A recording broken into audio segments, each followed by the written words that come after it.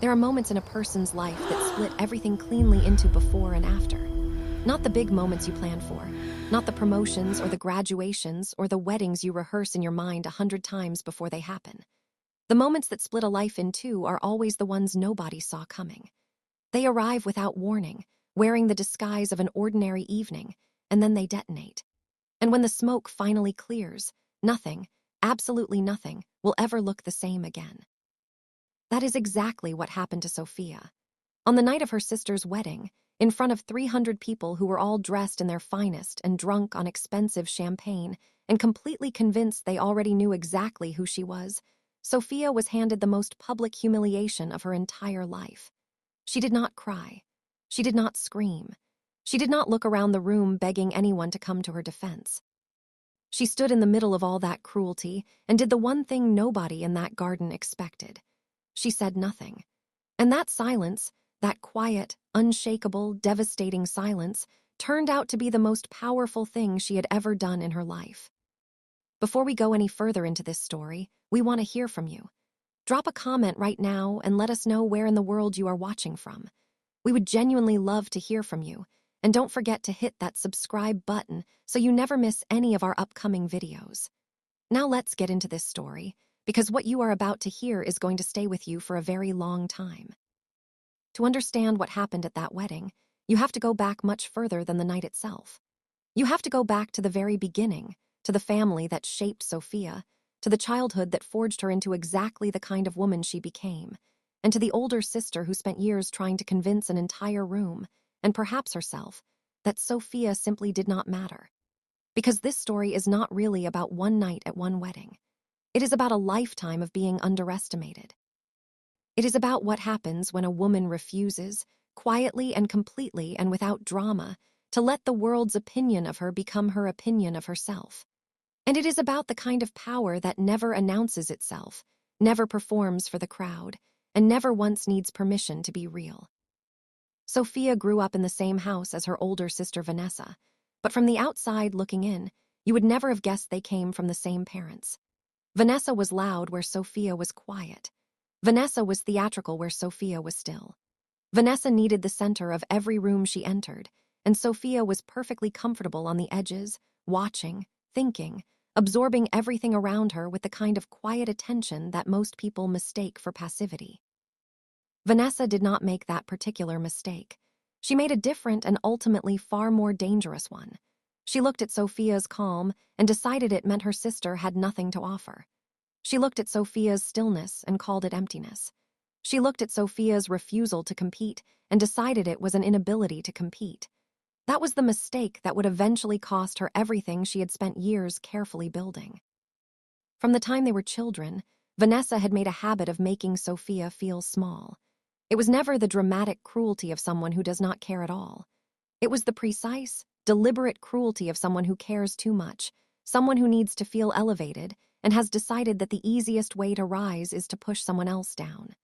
Sophia was the perfect target because Sophia never fought back, not because she could not because she was afraid, but because she understood, even as a young girl, that engaging with smallness does not make you bigger. It simply makes you smaller too. And Sophia had no interest in getting smaller. She had a life to build, and she intended to build it on her own terms, quietly and deliberately, without asking anyone for applause along the way. As the two sisters moved into adulthood, their differences became even sharper and more defined. Vanessa moved through elite social circles with the aggressive confidence of someone who had decided long ago that status was the only currency worth having. She dated wealthy men and attended the right events. She wore the right clothes and said the right things to the right people at exactly the right moments. She worked constantly and relentlessly to position herself at the top of every room she walked into. Not because she had earned it in any deep or lasting sense, but because she needed it the way certain people need oxygen. Without the validation of others, Vanessa Sinclair genuinely did not know who she was. And that uncertainty, buried deep beneath all the polish and performance, was the engine driving absolutely everything she did. Sophia, by contrast, had built a life that was quieter and less decorated, but entirely and completely her own. She worked steadily and with real purpose. She formed deep, genuine connections with a small circle of people who knew her well and valued her completely. She did not advertise herself or perform for audiences she had no interest in impressing. She did not measure her worth by the number of eyes on her in any given room.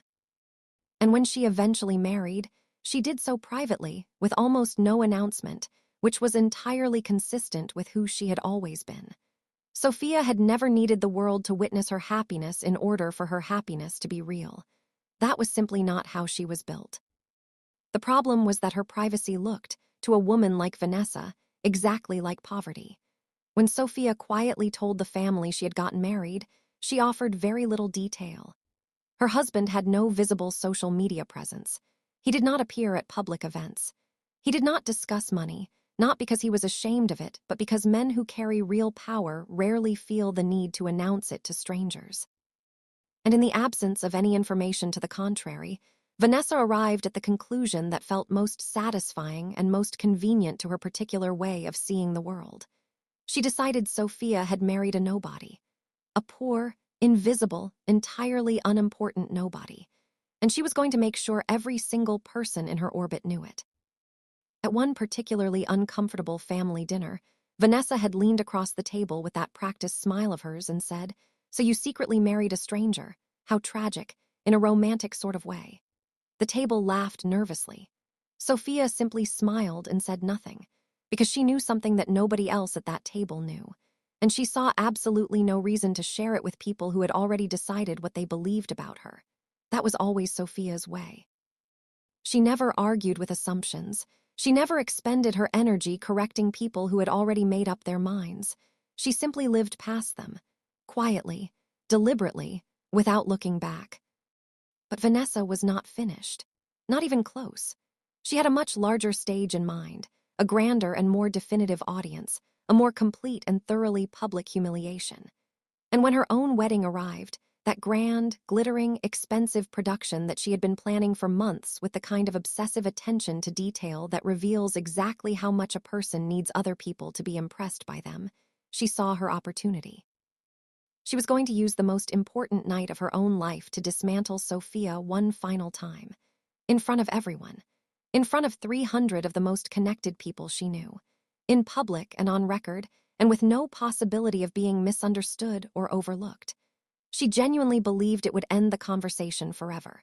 She had absolutely no idea that it would instead become the opening chapter of Sophia's story.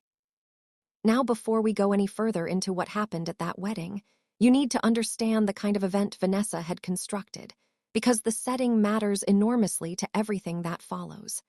This was not a modest celebration. This was not a gathering of people who loved two human beings and wished them well and went home early. This was a declaration, a performance of wealth and status so carefully engineered that every single detail had been chosen to communicate one specific message. We have arrived, we are important, and you should be impressed by us. White roses towered around gold arches that stretched toward the evening sky. Crystal chandeliers hung overhead, catching the light and scattering it across the garden in warm golden patterns. Marble tables were set with French champagne and imported dinnerware that gleamed under the warm glow of precisely positioned lighting. Near the altar, a live orchestra played violin music so delicate and controlled it felt almost cinematic. Like the opening score of a film about people who have never once worried about paying a bill. At the center of all of it, radiant and certain and entirely convinced this night belonged to her and her alone, stood Vanessa Sinclair. Her diamond-covered designer gown had taken 6 months to commission and cost more than most people earn in a year. She moved through the space with the particular confidence of a woman who has spent years constructing an image and is finally standing on the stage that image was always meant for. Beside her was Ethan Cole, polished and ambitious and rising fast through the ranks of a major financial company, a man whose career trajectory had given him a quiet pride that, in the wrong circumstances and around the wrong people, has a reliable way of curdling into something far less attractive. Together, they made a beautiful picture, flawless on the surface, if you did not look too closely. And most of the guests that evening were simply not in the habit of looking closely at anything that was not directly useful to them. Sophia was seated near the back of the garden. Her dress was white and simple and understated. She wore no elaborate jewelry, nothing designed to draw the eye or announce her position in any hierarchy. She had come to support her sister on her wedding day, even knowing what Vanessa was like, even having spent an entire lifetime absorbing her cruelty with nothing but quiet patience. She was there because she believed, in some deep and stubborn and genuinely admirable part of herself, that people deserve grace even when they have not earned it, even when they have never once extended it in return. That was who Sophia was. That was the foundation she had built herself on. And she had absolutely no idea that the night was about to test that foundation more severely than anything she had ever previously faced. The ceremony proceeded without incident. Vows were exchanged, photographs were taken, champagne was poured, and the 300 guests settled into the kind of easy, well-fed celebration that expensive weddings are specifically designed to produce. Everything moved exactly as planned and exactly as Vanessa had rehearsed it in her mind. And then Vanessa reached for the microphone. The music softened. The crowd turned with the pleasant, expectant expressions of guests who assume they are about to hear a toast, something funny perhaps, or warm and sentimental and easily forgotten. They were expecting the normal rhythms of a wedding reception. What they received instead was something else entirely. "I'd love to introduce my dear younger sister," Vanessa said, and her voice carried the deliberate sweetness of someone who has spent considerable time rehearsing how to make cruelty sound exactly like affection. A spotlight found Sophia near the back of the garden. The light hit her without warning, and she stiffened, suddenly and completely aware of 300 pairs of eyes swinging toward her all at once. She had not been told this was going to happen. She had not consented to becoming part of whatever performance her sister was constructing for the room. She sat very still in the way a person sits when they are deciding, in real time and with everything on the line, how to survive what is currently happening to them. Vanessa smiled out at the crowd and announced, with the kind of theatrical pity that is somehow far more devastating than open contempt, that her younger sister had secretly married what she called a poor nobody. She dressed it in laughter and in the costume of sisterly concern. She performed the whole thing with the practiced ease of a woman who had been rehearsing it in her head for months. And the crowd, as crowds so often do when status is involved and nobody wants to risk being on the wrong side of a powerful family, gave her exactly what she was looking for. Soft laughter moved through the reception. Women exchanged knowing glances over the rims of their glasses. One businessman shook his head slowly. Sophia felt the heat rise into her face, that involuntary and entirely human response to public shame that no amount of strength or composure can completely prevent. And yet she said nothing. She did not stand. She did not object. She did not look around the room searching for someone to come to her defense.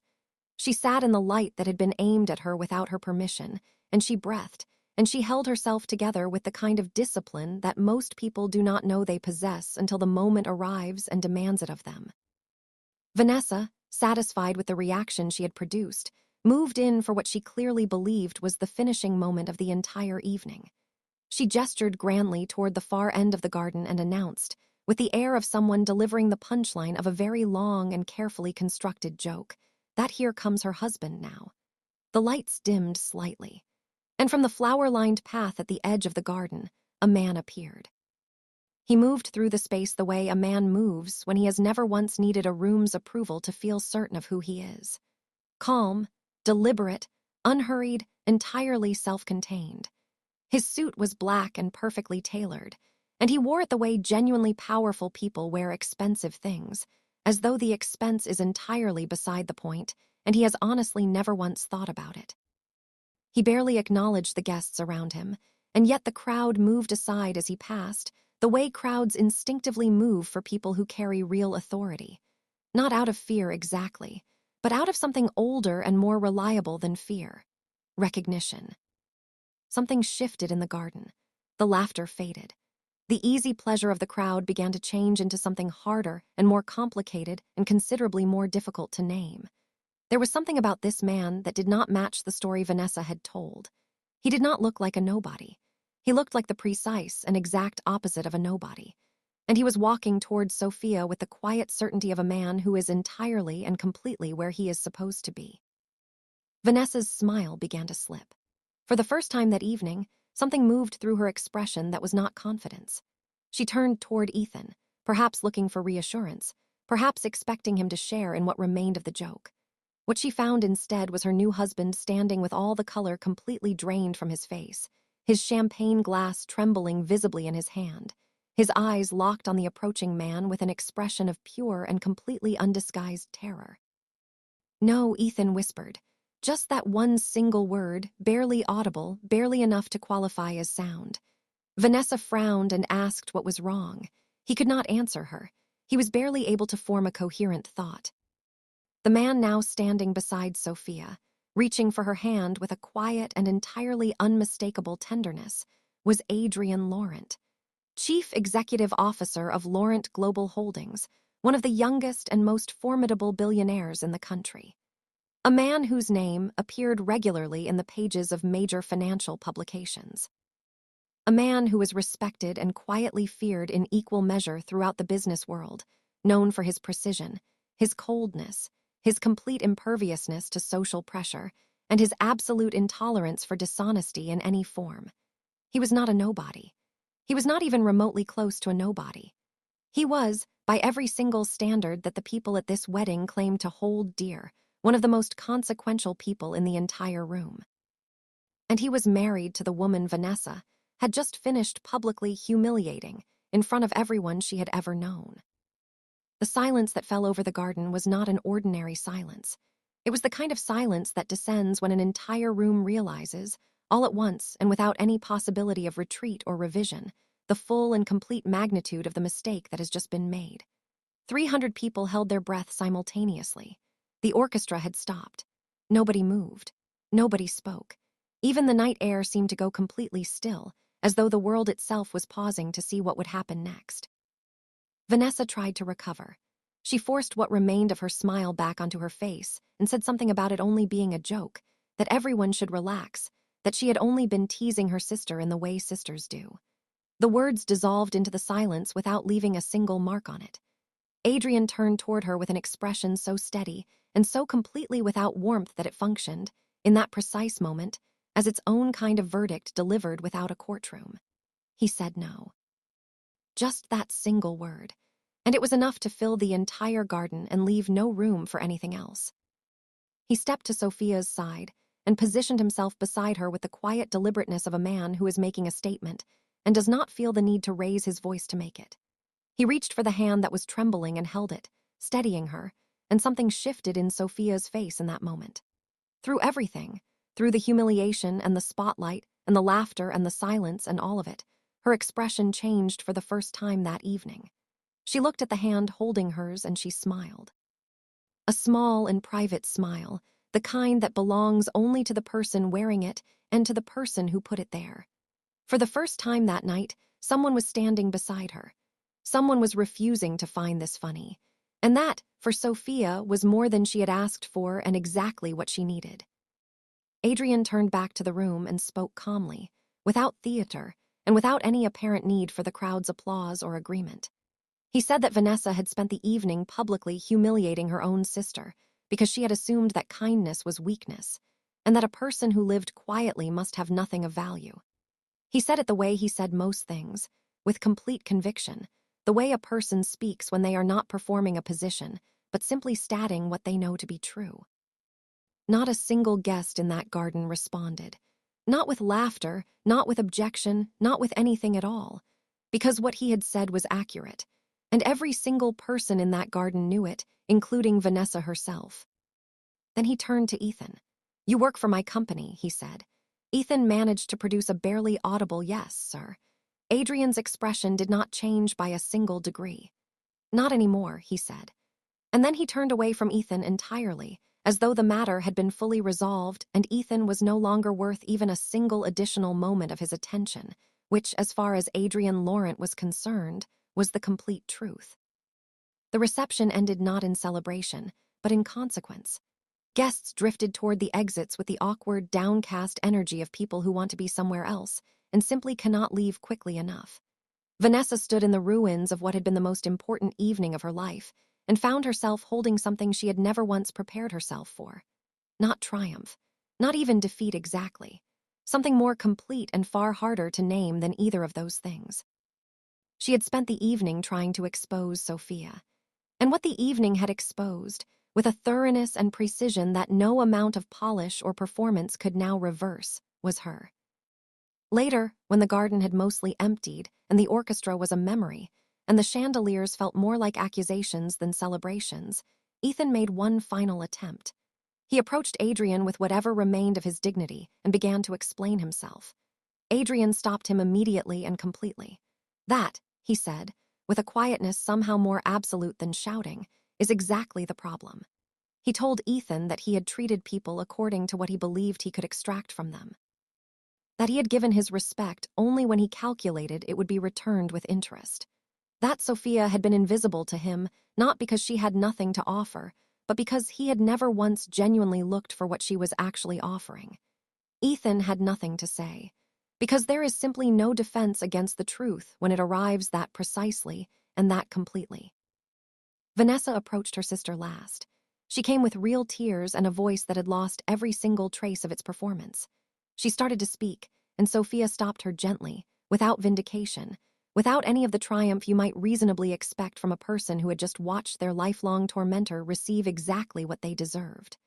Sophia looked at her sister calmly and said, "All my life, you treated me as though I were beneath you. Not because I was poor, not because I had nothing to offer, but because you needed to feel superior. And the only way you knew how to do that was to make sure I felt small." Vanessa broke down completely. Not from the shame of being caught in public, from something deeper and far more lasting than that. From the recognition, arriving far too late to do anything about it, of what she had actually spent her life doing, and what it had cost her, and what it said about who she truly was when the lights were off and the performance was finally over. The recordings from that night moved across social media with the speed and energy that always accompanies a story touching something genuinely real in people. Something that resonates far beyond the specific details of one evening at one wedding. People called it the bride who mocked her sister in front of a billionaire and got exactly what she deserved. Comment sections filled with people who recognized the dynamic immediately, who had their own Vanessa somewhere in their life, their own version of a room that had laughed at them. Sophia's name trended for 3 straight days. She gave no interviews. She made no public statements. She posted absolutely nothing, because she had never needed the crowd to confirm who she was, and she was not about to start now. Not even when the crowd was finally and completely and overwhelmingly on her side. That silence was not a reaction. It was not the silence of someone too wounded to form words. It was a decision, deliberately and completely made. The silence of a woman who had long ago understood something most of us spend decades learning. That your response to the people who underestimate you does not have to be loud to be powerful. That the most devastating answer you can give to someone who has tried to make you small is to simply refuse to shrink. To continue building what you are building. To outlast the opinion they formed of you, and let your life speak with a clarity that no argument made in the moment could ever match. But there is a layer to this story the headlines never reached and comment sections never fully captured. It is the most important layer of all, because Adrian Laurent did not fall in love with Sophia because of what happened at that wedding. He had chosen Sophia long before that evening, for reasons that had nothing to do with what she possessed, or who she knew, or how any room perceived her. He had chosen her because of who she was when she had absolutely no reason whatsoever to perform. Adrian Laurent had built his first company at 26 with very little money and a ferocious clarity of vision. He had sold it at 31 for a figure most people never see in their lifetimes, and had built steadily from there. By his early 50s, his holdings spanned multiple industries, and his reputation was that of a man who trusted his own judgment above every other instrument available to him. The single quality he had come to value above all others, the thing he looked for in business partners and in the people he chose to keep genuinely close, was authenticity, not the performed kind. The genuine, unself-conscious, deeply rooted kind that does not change based on audience or circumstance. He had encountered very little of it in his lifetime. People around men like Adrian Laurent have a strong tendency to perform. They are strategic and careful, and always acutely aware of the position they occupy and the impression they are making. It becomes a constant and exhausting background hum you can feel in every conversation and every interaction. And then one day Adrian had met Sophia in entirely ordinary circumstances, and she had simply talked to him the way people talk when they are just two people talking, without calculation, without strategy, without any awareness that she was in the presence of someone who could alter the course of her life with a single phone call. She had disagreed with something he said, directly and without apology, and moved on without checking how he received it. She had laughed genuinely without performing the laugh for his benefit. She had been, in the most complete sense of the word, herself. In a lifetime of rooms full of performance, that had stopped him completely. He would later say, at a charity gala hosted by Laurent Global Holdings months after the wedding, that the moment he knew Sophia was the day she treated him exactly the same way, even though she had no idea who he was. The room went quiet when he said it, not because of the money behind the words, but because everyone in that room recognized exactly what he meant. They knew what it said about Sophia. And they knew what it said about what Adrian Laurent, with everything he had built and everything he had learned, had decided was actually worth having in this life. Sophia walked into that gala on Adrian's arm, carrying herself with the ease of a woman who has passed through something genuinely difficult and come out the other side knowing herself more completely than before. She had tested herself and found that she was solid, that the foundation she had built was real, that the silence she had chosen in the worst moment of her public life had not been emptiness. It had been everything, and knowing that changed the way she stood in every room from that moment forward. Not because she needed rooms to see her differently, but because she saw herself differently. And that is a change that no spotlight and no cruelty can ever reverse once it has fully taken hold. Sophia's story is about the fundamental and deeply underrated power of refusing to perform. We live in a world that has decided power announces itself, that strength is visible and loud and actively defended. Vanessa believed that. Ethan believed it. Most of the guests believed it. And they were all wrong in the most complete and instructive way possible. Sophia had understood something they had not, that the most dangerous kind of power is the one that does not need to be seen. That the person who knows exactly who they are and has absolutely nothing to prove to the room is the freest person in it. Vanessa's power required the room. Take the room away and there was nothing left. Sophia's power required nothing outside herself. It simply was, and it waited, and it outlasted everything that tried to diminish it. Think about the last time someone tried to make you feel small. In a boardroom or a family dinner or a room full of people who had already decided what you were worth. Think about whether the response you reached for was about your actual strength or about your need for the room to witness your strength. Because there is a life-altering difference between those two things. One belongs entirely to you. The other belongs to the room. And anything that belongs to the room can be taken from you by the room. What Sophia had, built inside herself over a lifetime of quiet work and deliberate living, belonged to her alone. And nothing that happened at that wedding could touch it, not even slightly. Her silence was her power, and it was more than enough. It was, in the end, everything. If this story moved you, share it with someone who needs to hear it today. And if you want more stories like this one, make sure you are subscribed, because we have more coming, and they are absolutely worth staying for.